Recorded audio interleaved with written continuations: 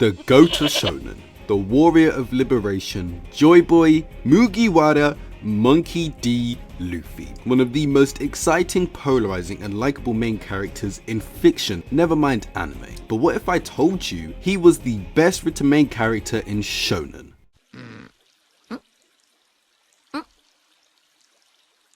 Luffy is not the brightest or one of the most super complex characters in anime, but these are not the only elements that play a part in writing. Luffy from the start of One Piece is shown to be a character who is completely carefree and disregards any rules set in place by others, and only abides by the codes he sets on himself. You know why this is?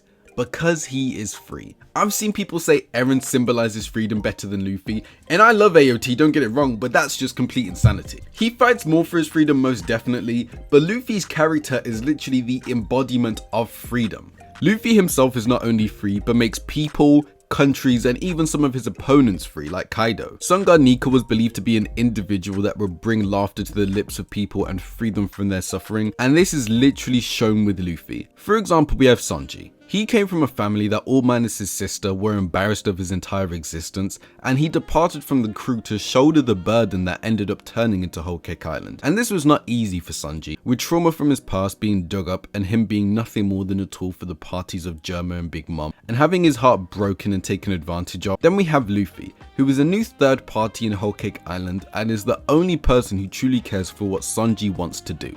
Sanji says he wants to go back to the crew, and Luffy uses all of his power to make this happen and free Sanji from this captivity and burden. However, with such wounds from his past being opened up,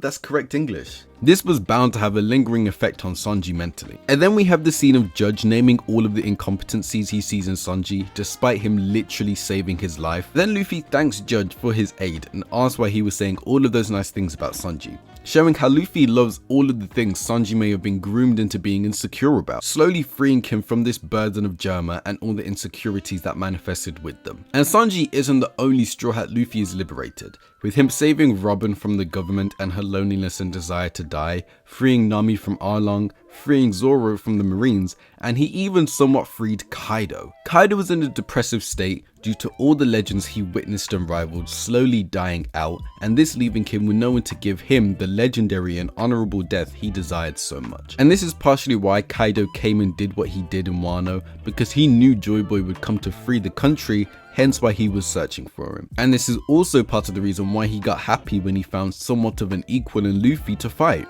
And Luffy in the end gave Kaido what he dreamed for, freeing him from his depressive state and bringing joy to him for one of the last times, and giving him a very memorable and honorable end that shook the world, and he became the person that awakened Joy Boy. People also like to claim Luffy has no character development, which is just completely wrong. But before we get into this, let's talk about how Luffy doesn't only free people but countries too. Alabasta, Skypiea, Wano, Dressrosa. All different places Luffy has liberated from dictators, and it's not as though Luffy fought these countries to take control of them for himself. He fought for them so that they could be free and live the lives they wanted to. But Luffy's development isn't as evident as other characters because it's not as though he's becoming a completely different person like other protagonists.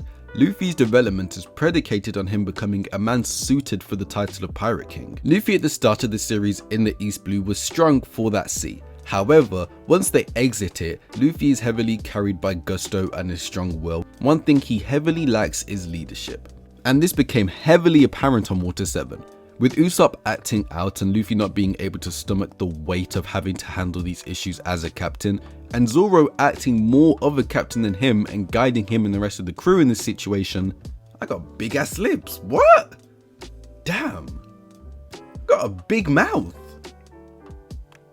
You don't even want to know the thought that just came to my head. But then we go from Luffy crying over a situation a captain should be able to handle, to him rallying, leading and pushing an entire army against the world's strongest creature, and succeeding whilst never faltering as a captain, and all of his crew being so certain of him because of how much of a leader he is now. Like, bro, I'm speaking right now and it's like I'm saying such long sentences, but if I pause to take a breath in between these sentences, bro, the sentence structure is so messed up. I know you don't care, but I hope you know I'm risking my life for this. As well as this, we have Luffy discovering how weak he truly is. Now, some people would say this was due to the death of Ace, but he really noticed this for one of the first times in Sabayodi, with him actually running away from a fight for one of the first times in the series, for no other reason than their lack of strength as a crew. And he then has a mental breakdown and questions himself after Kuma disperses the crew. Then after the death of Ace, Luffy notices he is not hot shit, and is still so weak compared to what he needs to be to achieve the title of Pirate King and protect those dear to him. And this is due to the guilt he felt for the events leading on from Thriller Bark till the end of Marineford. Now this ties heavily to what Ben Beckman told Luffy when he got rejected by Shanks to join the crew. Beckman says that Shanks is responsible for the lives of every single crew member he has, and that's no small burden. And as Luffy showed against Bellamy, Shanks is his true inspiration as a pirate and aims to be somewhat like him when he can, which is also shown with how on Jaya, when Luffy was attacked by Bellamy, he refused to fight back. But when someone else who was somewhat acquainted with Luffy, he went and got that shit back, bro. We all know Luffy is the Roger of his generation and will eventually surpass him, as stated by Roger himself.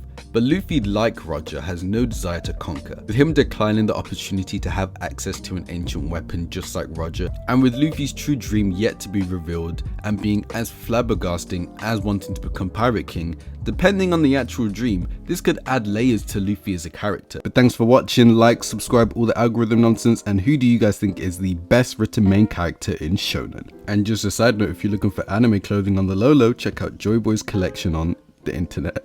Bye!